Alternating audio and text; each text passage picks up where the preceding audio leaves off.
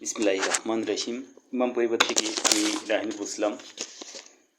এর আগে সূরা বাকারার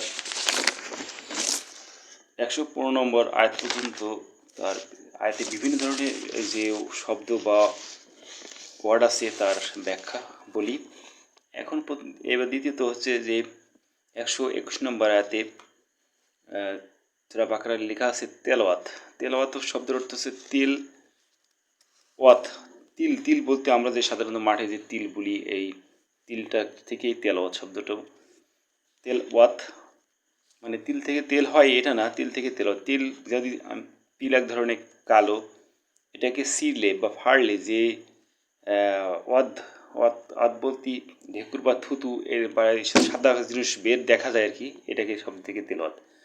অর্থাৎ মানুষ যদি কোরআন তেলাওয়াত করে, তো মানুষের যে শরীরে যে আমি এই বলছিলাম যে যত ধরনের ফরজ কাজ আছে, সেই ফরজ কাজগুলো যদি পালন করে, তার মানুষের শরীর দিয়ে আলো বা পাওয়ার ঢোকে।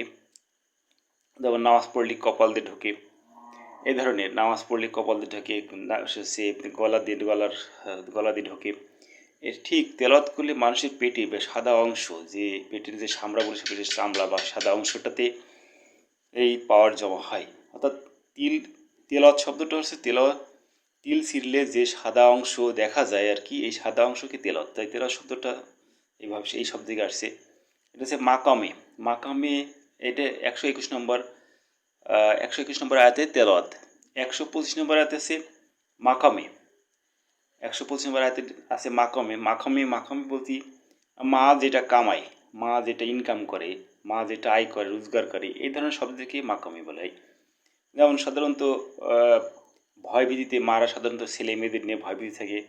অনেক সময় লোভনীয় কোনো কিছু মা অন্যান্য পুরুষদেরকে দেখায় বা জানায় বা বলায়, এই ধরনের বা যেটা বলে খারাপ কিছু আর কি, এই ধরনের শব্দ থেকে মাকামে। সন্তানদের ভালো রাখার জন্যে, ছেলে মেয়েদেরকে ভালো রাখার জন্যে এমন পরিস্থিতি আছে যে কিছু না টুকিটাকি অনেক ধরনের ভুলভ্রান্তি করে থাকে। তো এই শব্দ থেকে মাকামে, মার কামাইতে, মার যে ইনকামতে, মা যেভাবে ইনকাম করে আয় করে এইটা থেকে মাকামে। মা যদি ইনকাম করে, একজন পুরুষ যদি বলা হয় যে মাঠে কৃষিকাজ করো, তখন দেখা যায় যে অনেক সময় আছে যে মাঠে পানির ভিতরে কাজ করছে, দেখা যায় যে সে লুঙ্গি কাঁচা দিয়ে সে কাজ নেমে গেল। অর্থাৎ পুরুষ মানুষ লুঙ্গি কাঁচা দিলে কোনো সমস্যা নেই, কিন্তু মহিলা মানুষ যদি বলা হয় যে পানির ভিতরে কাজ করো, তাহলে কী হবে? তখন দেখা যায় যে মহিলা কি আর কি পানিতে কাঁচা মারতে পারবে বা কোনো শর্ট প্যান্ট পরতে পারবে? এই ধরনের মহিলাদেরকে এমন ধরনের পরিস্থিতি বা এমন ধরনের কাজ করতে গেলে মহিলা যে হালকা যে উলঙ্গ, হালকা যে কাপড় পরিধান করা, এই ধরনের আসলে সম্ভব নয়। তাই মাকামে বলতে মাকে কাজ করানো, মাকে যে কাজ করা হয়, এমন ধরনের কাজ করা হয়, সে কাজ দেখা যায় যে এই কিছু খারাপ কাজ বা কিছু খারাপ উদ্দেশ্য বা এরম ধরনের কিছু থাকে।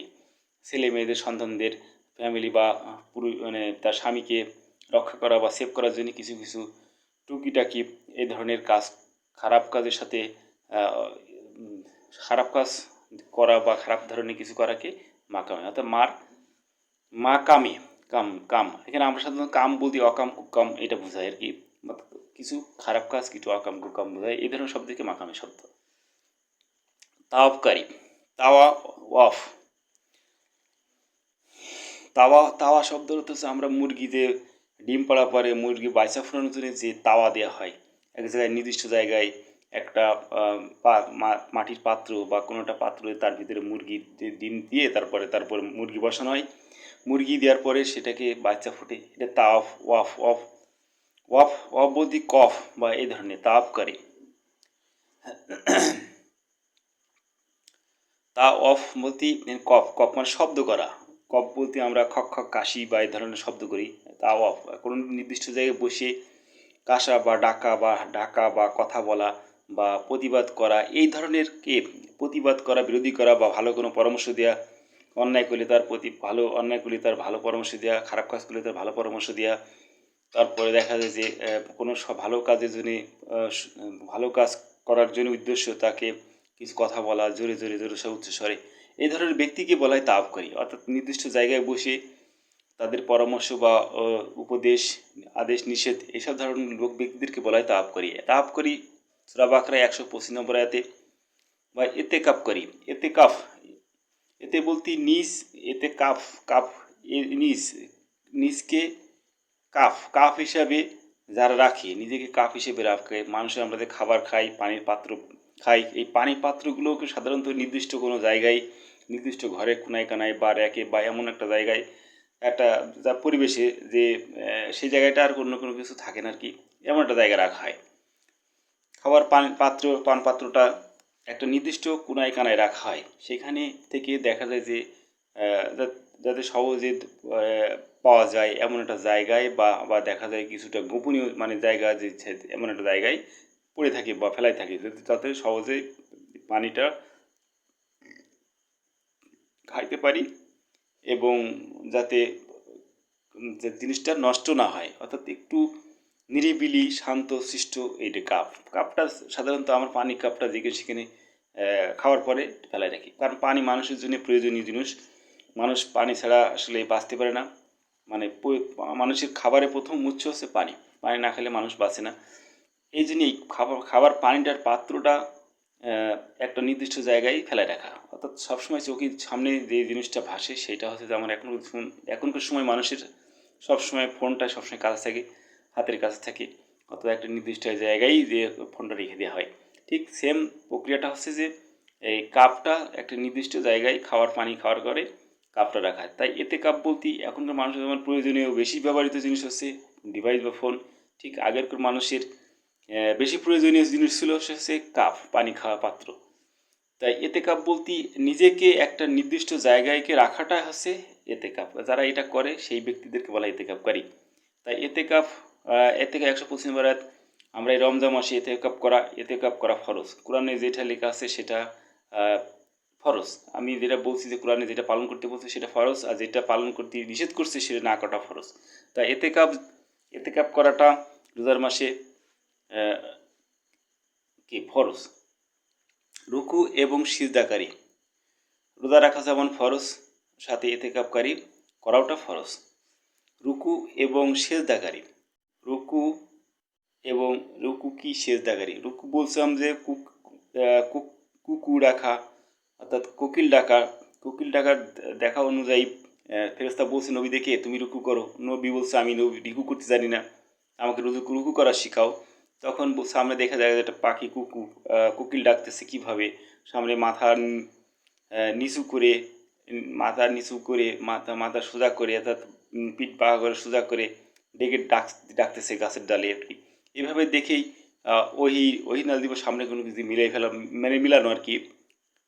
ওই বলতে সামনে কোনো কিছু দিকে হাসা, দেখা যায় যে একটা মনে মনে ভাবতেছে যে এই পানির পাত্রটা একটা কাপ বা কেমন হবে।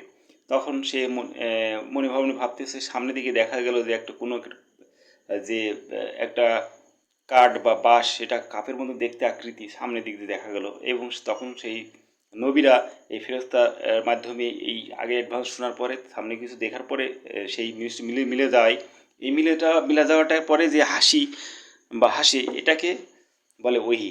সামনে কোনো কিছু দিকে কোনো জিনিস মনে মনে ভাবার পরে সেই জিনিসটা সামনে কিছু দেখে মিলে দেওয়াটাই হচ্ছে ওহি, সাথে সামনে কিছু ওহি। তাই রুকু করো, কুকুর ডাকার শব্দ শোনার পরে দেখার পরে রুকু কীভাবে সিস্টেমটা করতে হয় সেই প্রক্রিয়াটা জানে, এবারে রুকি। সিজদা বললে সোজা করে দা ফেলানো, আমি এর আগে বলছি সোজা করে দা, যেমন আল্লাহ তরফ থেকে ফেরেশতার মধ্যে মাধ্যমদের নবীকে বলছে যে সিজদা করো, নবী বলছে আমি সিজদা করতে জানি না, কীভাবে সিজদা করতে হয় তার প্রক্রিয়াটা।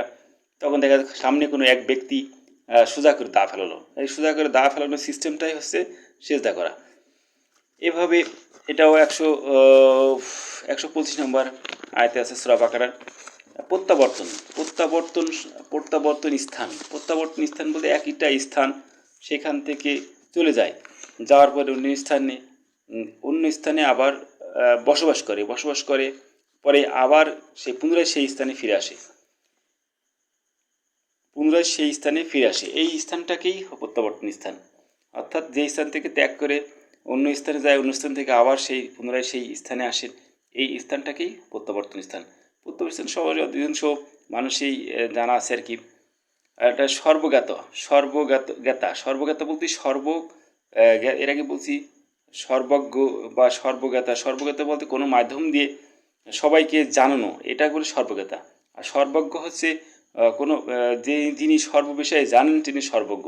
আর সর্বজ্ঞাতা বলতে কোনো মাধ্যম দিয়ে কোনো ব্যক্তি দিয়ে সর্ববিষয়ে জানেন এমন কোনো কিছু সব কিছু জানেন এইটাকে সর্বজ্ঞাতা বলা হয়। সর্বশ্রোতা বলতে সর্বোচ্চ সব ধরনের বিষয়ই তিনি শোনেন, যা যা শোনার প্রয়োজন হয়, প্রয়োজনীয় সব কিছু শোনেন এমন ব্যক্তিকে সর্বশ্রোতা বলে। আনুগত সর্বজ্ঞ সর্বশ্রোতা, এইটা সূরা বাকারা 127 নম্বর। অনুগত বলতে এখানে আমরা বোঝাই সাধারণত আমরা সাধারণত বোঝাই যে অনু বলতে ক্ষুদ্র বা সূক্ষ্ম। এই গত বলতে আমরা বলতে যেমন মানুষ যেমন গত হয়েছে, মারা গেছে আর কি, মানে একটা স্থান থেকে আর একটা স্থানে যাওয়া। অর্থাৎ অনুগত বলতে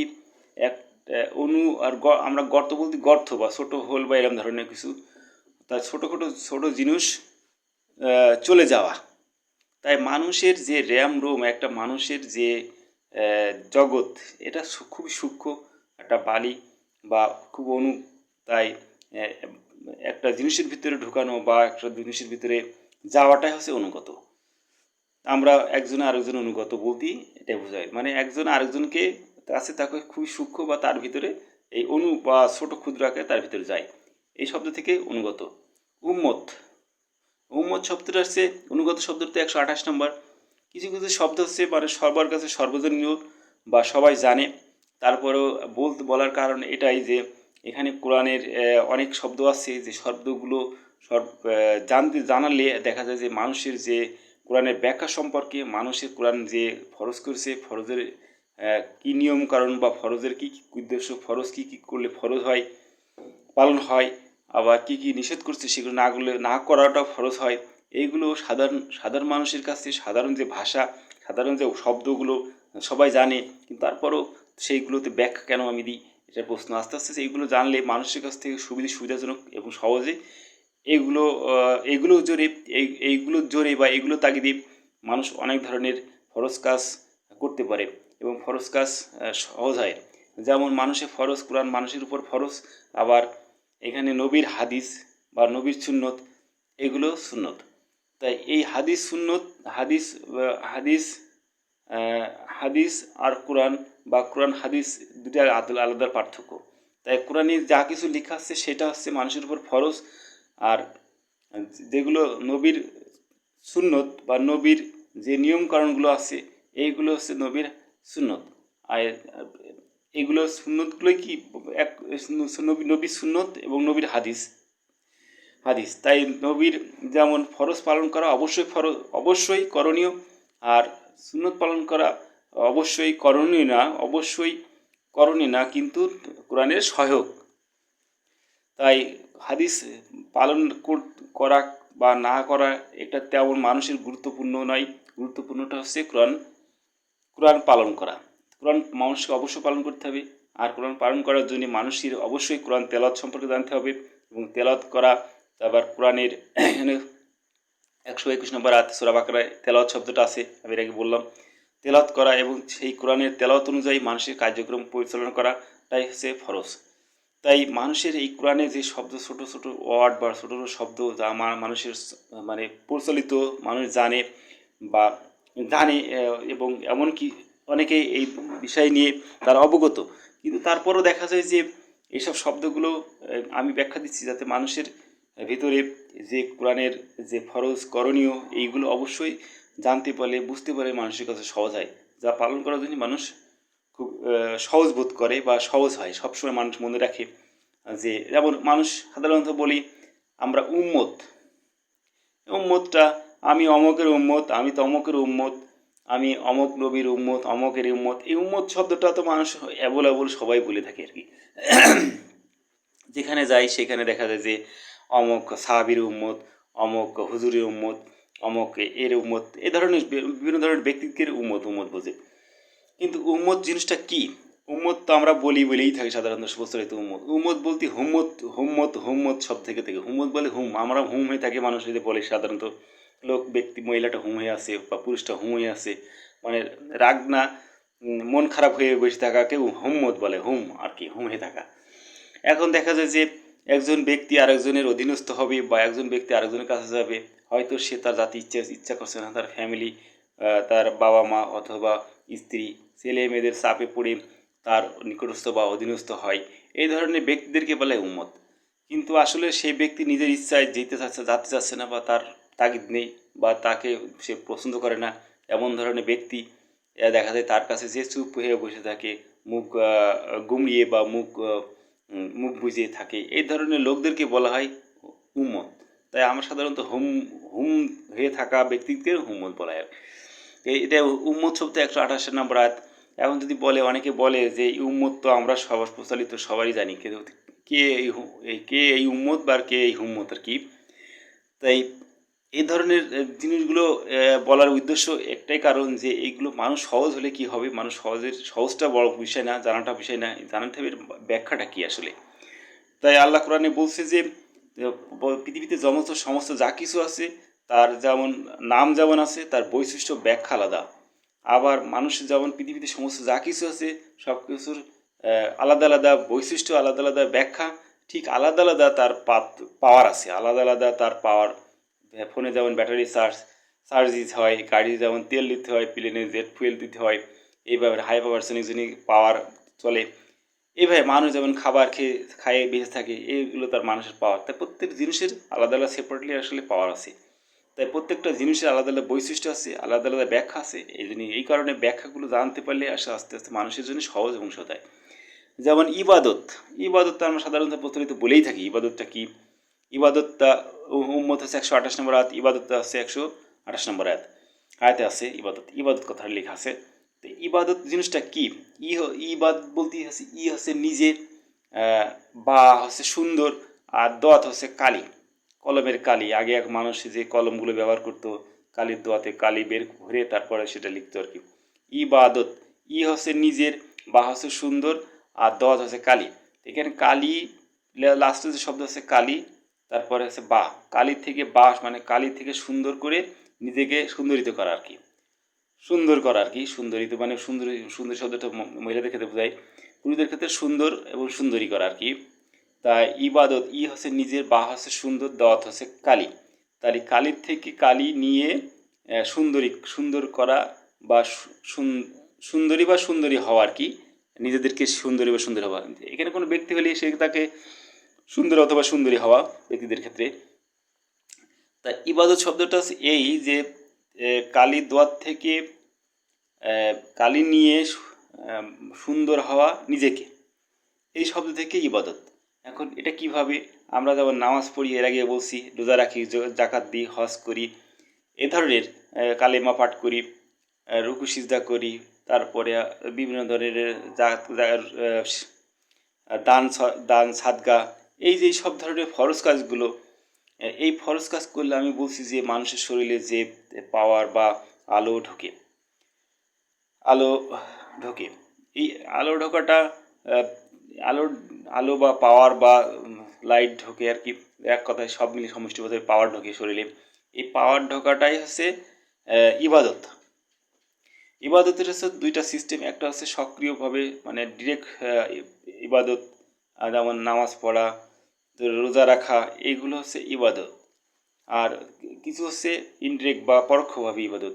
সরাসরিগুলো সেগুলো মানে বেশি আকারে মানুষের শরীরের যে পাওয়ার পায় আর কি, বেশি আকারে। আর যেগুলো দেখা যায় যে ইবাদতের অন্তর্ভুক্ত নয়, সেগুলো দেখা যায় যে ফরজ, কিন্তু সেইগুলোতে কম আকারে আসলে পাওয়ার ঢোকে। আর তাই ইবাদত হলে সরাসরি আমাদের শরীরে পাওয়ার পাওয়ার পাই বা শক্তি পাই, যে আমরা যেমন খাবার খাই, খাওয়ার ফলে এনার্জি পাই, ঠিক তেমনই আল্লাহ তরফ থেকে আমি বলছি যে সূর্যের পাওয়ার বা সূর্য আলো শুধু থেকে না, আমাদের উৎস থেকে, আমাদের পাওয়ার উৎস বেশিরভাগ দেখা যায় যে সূর্য থেকে, তার কারণে আমরা সূর্যটাকে আমরা গুরুত্ব দিয়ে থাকি। তাই এই পাওয়ারটা সহজে পাই ইবাদত করলে। ইবাদত যেমন নামাজ পড়লে আমরা মাথা ঠোকাই, সাথে সাথে দেখা যায় যে মাথা এবং চুলের মাঝখানে দিয়ে, কপাল দিয়ে দেখা যায় যে পাওয়ার ঢোকে। তাই ইবাদতটা হচ্ছে কালির দোয়াত। এই আলোটা বা লাইট বা পাওয়ারটা এক ধরনের কালিতে ভরা, যেমন গ্লাসের ভিতরে পানি দেওয়া বা গ্লাসের ভিতরে কালারফুল কোনো জিনিস পানির সাথে মিক্সড করে দিলে যে কালার বা যে আলোটা যে পানিটা ধারণ করে, দেখতে অনেকটা কালারফুল কালির দোয়াতের মতো আর কি। এখান থেকে নিয়ে এই বের করে সে দেখা যায় যে কোনো আর্টিস্ট বা ছাপা বা ছবি এই ধরনের যে ড্রয়িং করা হয় বা আঁকা হয়, এই ধরনের বা ওয়ালে দেয়ালে যেসব কালার করা হয়, এই ধরনের নিজেকে এইভাবে পাওয়ার ঢোকানোর পরে নিজেকে সুন্দর করা মানে ধর্মীয় বিধিবিধান নীতি অনুযায়ী যেই পন্থায় মানুষ যে পাওয়ার বা আলো ঢোকে, এই নিয়মকে নিজেদেরকে সুন্দর করা, অর্থাৎ সঠিক সুন্দর ভালো পথ, নিজেকে আর্থিক অর্থ সম্পদশালী এইসব ধারণ করার পথ ধারণ করলে এইসব সুখ সমৃদ্ধি দিন দিন বাড়তে থাকে, ডেভেলপ করতে থাকে আর কি। তাই এই শব্দকে ইবাদত। যেমন ক্ষমাশীল, ক্ষমা বলতে আমরা সাধারণত বাংলা অর্থ অ আ ক খাই, এখানে খ বলতে অর পরে খ, অর্থাৎ দ্বিতীয়। তা বাবা যদি প্রধান হয় অ হয়, এই সে ক হয়, তা মা হয় খ, অর্থাৎ মা বাবা প্রধান, মা হচ্ছে দ্বিতীয়। তাই ক্ষমাশীল, ক্ষমা মা হচ্ছে মা খ, অর্থাৎ মায়ের কাছ থেকে শীল মানে কোনো ব্যক্তির মাধ্যম দিয়ে মাকে কোনো সুপারিশ করে পরামর্শ করে যে ব্যক্তি মানে সুপারিশের মাধ্যমে কোনো ব্যক্তি আছে, যে দেখা যায় যে আমার মা আছে, মাকে তাকে বলল যে তোমার ছেলের কাছে আমার একটু মাপ করে দিও আর কি, মাপ চেয়ে নিও আর কি, আমি হয়তো তোমার ছেলের কাছে অন্যায় করছি, মার কাছে দেখা যায় যে সুপারিশ করলো। এই সুপারিশকারী ব্যক্তিরাই হচ্ছে ক্ষমাশীল। ক্ষমা বলতে একজন অন্যায় করছে, সে আরেকজনের কাছে মাপ চাওয়া, মাপ চাওয়াকে ক্ষমা বলে আর কি। আর ক্ষমাশীল বলতে কোনো কোনো ব্যক্তি তার মাধ্যম হয়ে মাপ চাওয়াটা হচ্ছে ক্ষমাশীল আর কি। তাই ক্ষমা শব্দটা হচ্ছে ক্ষমা, মা খ মানে এখানে দ্বিতীয়, বাবা পরে মাই আছে এখানে। কোনো ব্যক্তি যেমন মা যেটা ক্ষমা করে, মার কাছ থেকেই আসলে আমরা ক্ষমাটা পেয়ে থাকি, এই ধরনের শব্দ থেকে ক্ষমাশীল আর কি। ক্ষমাশীল শব্দটা হচ্ছে 128 নম্বর থেকে একসাথে হিকমত। এটা হচ্ছে হিকমত বলতেই আমরা সাধারণত এখানে ক্ষমাশীল শব্দটা আরেকটু বললে ভালো হয়। তারপরও দেখা যায় যে ক্ষমা হচ্ছে মার থেকে এই ক্ষমাটা শব্দটা আসছে। মা, এই পৃথিবী মানুষ ভূমিষ্ঠ মার মাধ্যম দিয়ে ভূমিষ্ঠ হয়, যার কারণে যার মাধ্যমে ভূমিষ্ঠ হয়, এবং তাকেই সে যদি তার মাফ করে দেয়, আসলে সেটা হচ্ছে ক্ষমাশীল। কারণ বাবা হচ্ছে বাবা, আর মা হচ্ছে মার মাধ্যম দিয়ে পৃথিবীতে মানুষ জন্মগ্রহণ করেন। এই জন্যই ক্ষমার প্রধান উৎস হচ্ছে মা। এই জন্য খ হচ্ছে বোঝা যাচ্ছে মা হচ্ছে অর্থাৎ দ্বিতীয় স্থান থেকে এই শব্দটার উৎপত্তি, অর্থাৎ ক্ষমা। হেকমত শব্দের অর্থ হচ্ছে হিক, মানে হিক বলতে আমরা গরু ছাগল যে শিং বা যে একটা নির্দিষ্ট জায়গায় ঠিক করে সেই জায়গাটাকে ধাক্কা দেওয়া, এই ধরনের শব্দ থেকে হিকমত। মত মানে সেই নির্দিষ্ট জায়গা ছাড়া অন্য কোনো জায়গা বা অন্য কোনো উদ্দেশ্য, অন্য কোনো মত নির্ধারণ করা বা কথা মানে মত নির্ধারণ করা বা কোনো বক্তব্য নির্ধারণ করা বা কোনো উদ্দেশ্য অন্য সাইডে কোনো দিকে না যাওয়া, এমন ধরো ঠিকঠাক মতন জায়গায় পৌঁছানো, এই ধরনের বলে কি হিকমত। অর্থাৎ একটা লক্ষ্য স্থির করলো, সেই লক্ষ্য স্থিরকে যাওয়ার জন্যে যে ধরনের জ্ঞান অর্জন করা বা যে কোনো জ্ঞান লাভ করা, ঠিকঠাক মতো সেই জায়গাটা পৌঁছানোটাই হচ্ছে হিকমত। অর্থাৎ কোনো লক্ষ্য স্থির করার উদ্দেশ্য যতটুকু জানার প্রয়োজন, এর বাইরে কোনো কিছু না জানা বা সেই জায়গাটা পর্যন্ত পৌঁছানো পর্যন্ত যতক্ষণ জানা অজানা সেই সব তথ্য পর্যন্ত তাকে ঠিকঠাক মানে ঠিক করে নেওয়া বা লক্ষ্য স্থির করে নেওয়া, ঠিক ওই জায়গা পৌঁছানো। যেমন একটা গরু যদি শিং দিয়ে গুঁতা দেয়, ঠিক আগের থেকে তার লক্ষ্য স্থির করে যে ওই জায়গায় ঠিক শিং দিয়ে গুঁতা দেবে আর কি, এই সঠিক করে আগে টার্গেট করে নিয়ে সেই জায়গাটা পৌঁছানো, মত নিজেকে নিজেকে মত বা মন স্থির করাটাই হচ্ছে হিকমত। এই যে পরাক্রমশালী শব্দ হচ্ছে পরাক্রমশালী, পরকে আক্রমণ করে নিজেকে শক্তিশালী করা, এর বলে পরাক্রমশালী।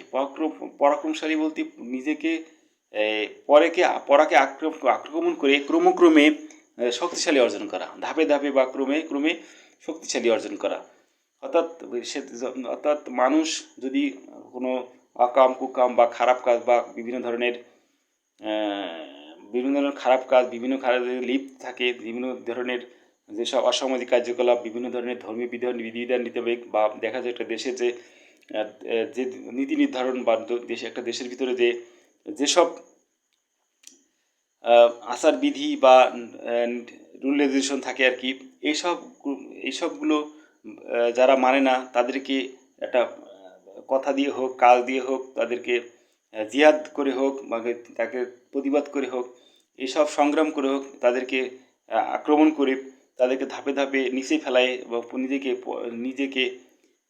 নিজেকে যাদের মাধ্যম দিয়ে নিজেকে উপর ধাপে ধাপে উপরের দিকে উঠতে থাকে তাদেরকে পরাক্রমশালী।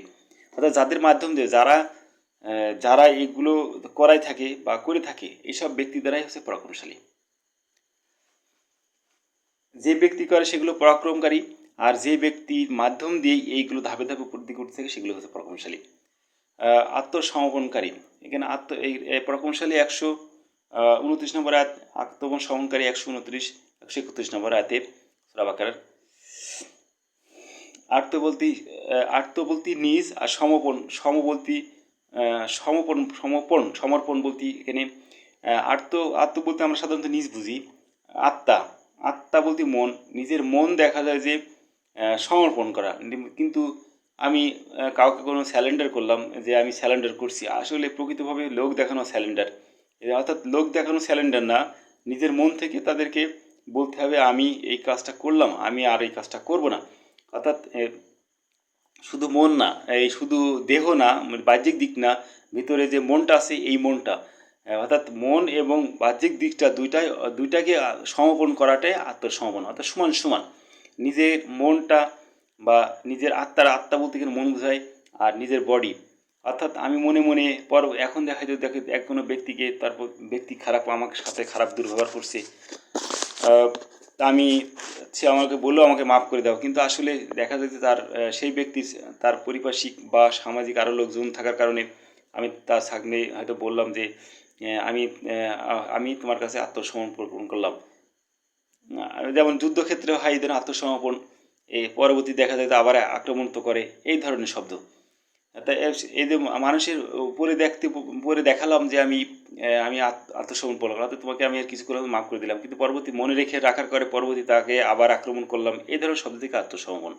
অর্থাৎ মন এবং বাহ্যিক যে দিকটা, এই মানুষের বাহ্যিক যে দিকটা, মন এবং বাহ্যিক দিকটা দুইটা উভয়ই সমর্পণ করাকে আত্মসমর্পণ বলে।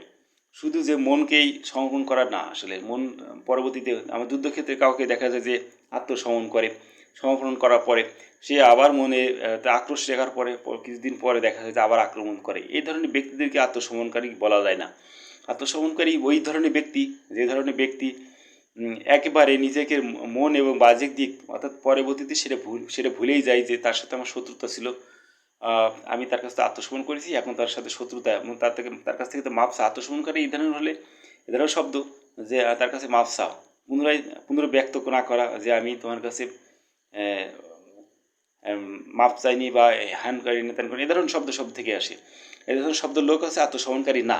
আর আত্মসমর্পণকারী হচ্ছে যে তার কাছে মাপ চাওয়া বা ক্ষমা চাওয়ার পরে আর পুনরায় তার সাথে আক্রমণ বা না করা, এই ধরনেরকে আত্মসমর্পণকারী। আত্মসমর্পণকারী হচ্ছে 131 নম্বর আয়াত। ইল বলতে আমরা সাধারণত বাইন মাছ বোঝাই, আর হা বলতে গর্ত, মানে ইলাহা মানে বাইন মাছ গর্তের ভিতরে যাওয়া, এই বলে ইলাহা। আমরা সাধারণত ইলা বলতে আল্লাহ বুঝাই। এই আল্লাহ বলতে ইলহা আল্লাহ মানে আল্লাহ বলতে আল্লাহ এমন একটা, যেমন এখন কোনো ব্যক্তি কোনো কিছু দেখা যায় যে লাল ধারণ করে, এই ধরনের আলো। লাল সাধারণত খারাপ বা শয়তান আকৃতি বোঝায়। ইলাহা, ইলাহা শব্দটা এই শব্দ থেকে আসছে। সর্বশ্রোতা, সর্বশ্রোতা মানে সর্ব বিষয়ে যে শোনেন বা জানেন। সর্ব সর্ব সর্বশ্রোতা বলতে সর্ব বিষয়ে। ইলাহা 133 নম্বর আয়াতে, সর্বশ্রোতা বলতে 137 নম্বর।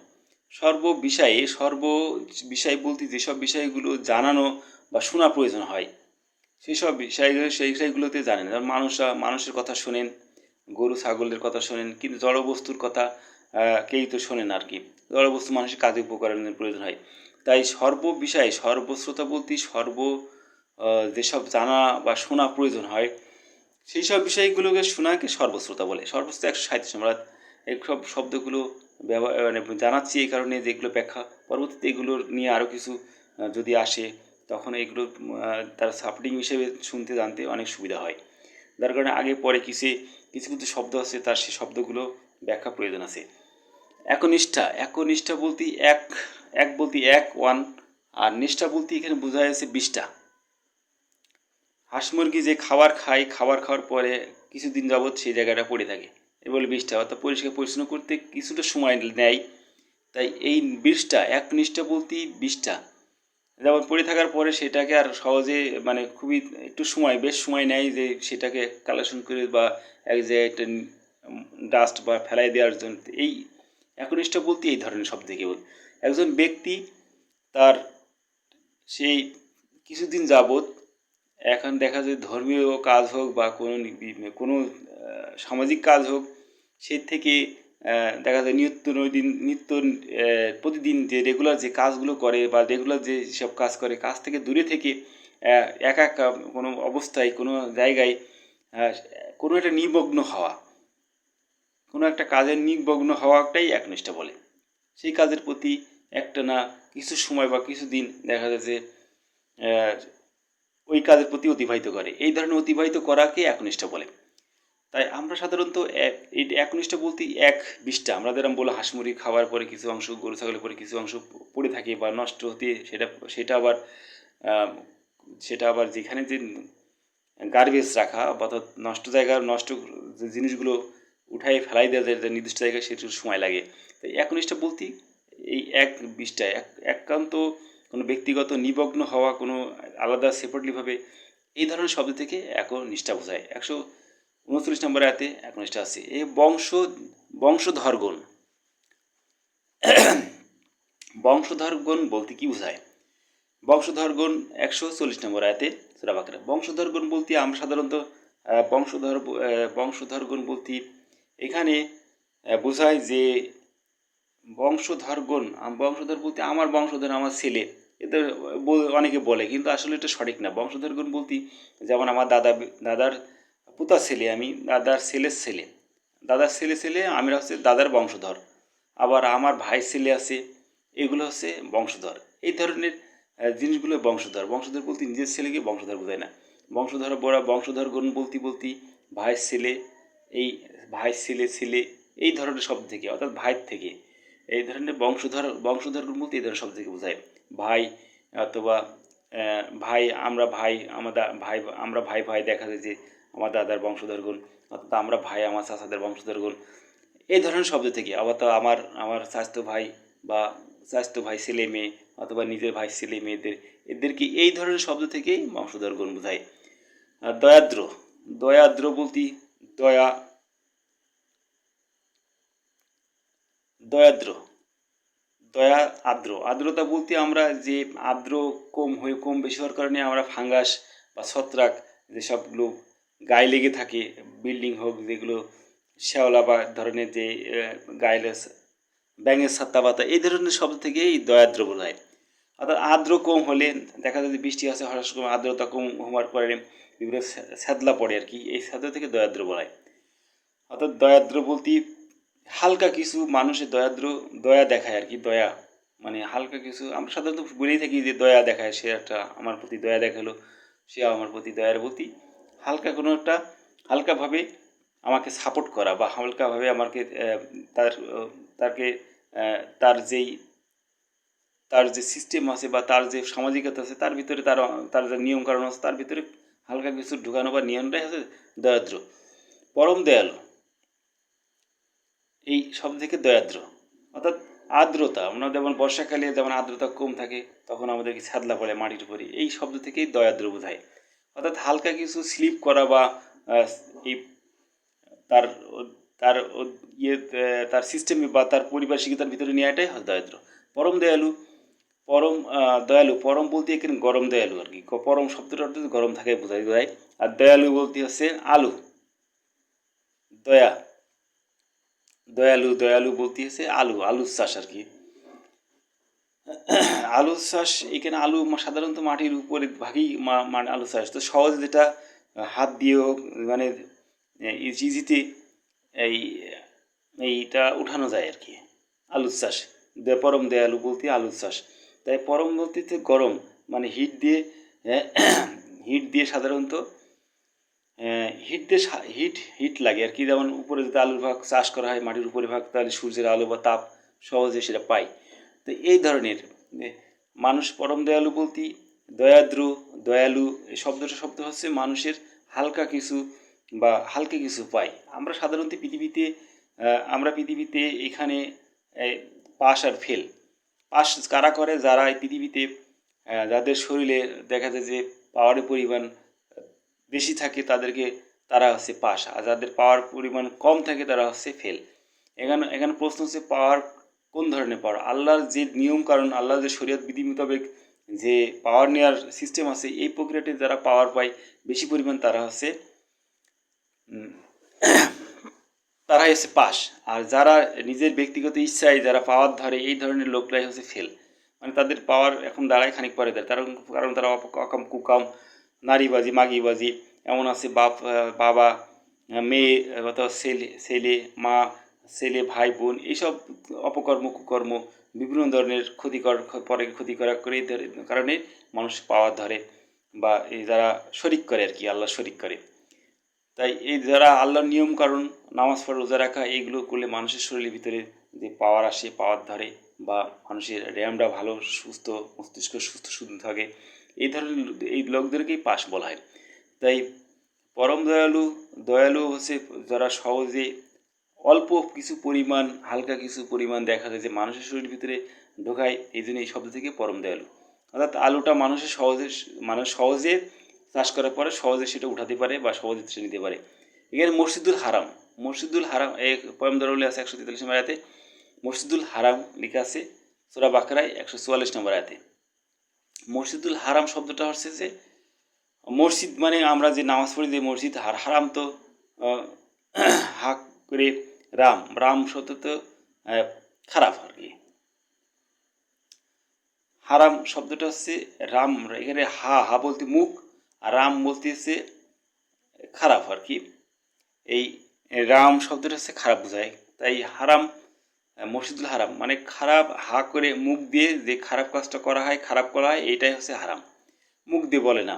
দেখা যায় মসজিদ সাহেব একটা মসজিদ তৈরি করছে, এই মসজিদের দেখা যায় যে যে কোনো ব্যক্তির মাধ্যম দিয়ে সেই টাকা পয়সাগুলো কালেকশন করছে, এত তো সেই ব্যক্তি কিছু জানে না। তাহলে না জানার কারণে সেই মসজিদটা তার জন্য কী হলো, সেটা হারাম। কারণ তাকে সেই জানে না যে টাকাটা কোথা থেকে আসছে বা টাকাটা কালেকশন করছে, সে ব্যক্তি জানে না। অথচ তার নাম দিয়ে বা তার কোনো সোর্স থেকেই এই টাকা কালেকশন করে এই মসজিদ জিনিসটা বানায়। মসজিদ হচ্ছে আল্লাহর ঘর, মসজিদটা ফরজ, সেখানে একটা ভালো কাজ করতেছে, অথচ ভালো কাজ করার সময় সেই ব্যক্তি যার মাধ্যম দিয়ে, যার করণীয় মানে যার কার্যকলাপ দিয়ে এই যার যার যার সোর্সে, যার উৎস থেকে এই টাকাটা অর্জন করে দেখা যায় যে এই মসজিদটা ভালো জিনিসটা তৈরি করা হলো, অথচ সে ব্যক্তি, তাহলে সেটা হলে মসজিদুল হারাম।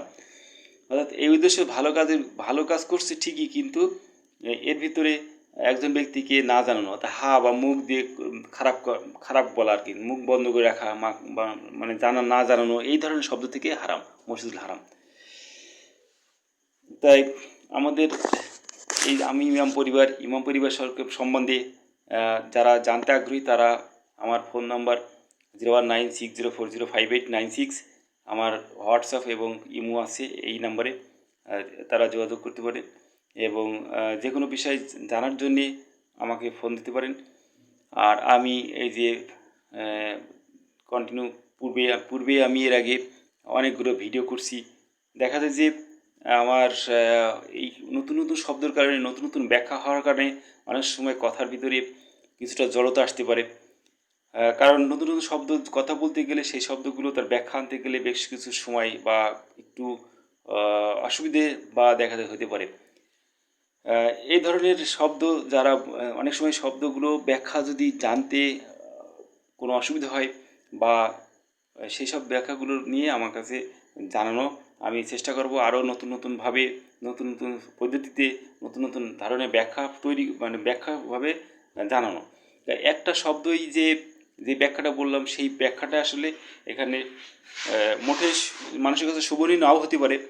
পরবর্তী চেষ্টা করব যে জিনিসটা শোভনীয় বা মানুষের গ্রহণযোগ্য এমন ধরনের শব্দ বা এমন ধরনের কথা, এমন ধরনের ব্যাখ্যা দিয়ে এটাকে আরও সুন্দর ও মার্জিত এবং যেটা মানুষের রুচিশীল এবং এ ধরনের কথা তৈরি করার জন্য চেষ্টা করব এবং এইভাবে ব্যাখ্যা দেওয়ার চেষ্টা করব। প্রাথমিক অবস্থায় এইগুলোকে কথাগুলো জানানো বা বোঝানো বা দেখা যায় ব্যাখ্যা দিতে গেলে অনেক শব্দগুলো নিজেকে সেটা আনতে হয় বা ক্যারি করতে হয়। এই কারণে হয়তো অনেক সময় কথাকে ভেঙে ভেঙে কথা বলা হয়ে যায়।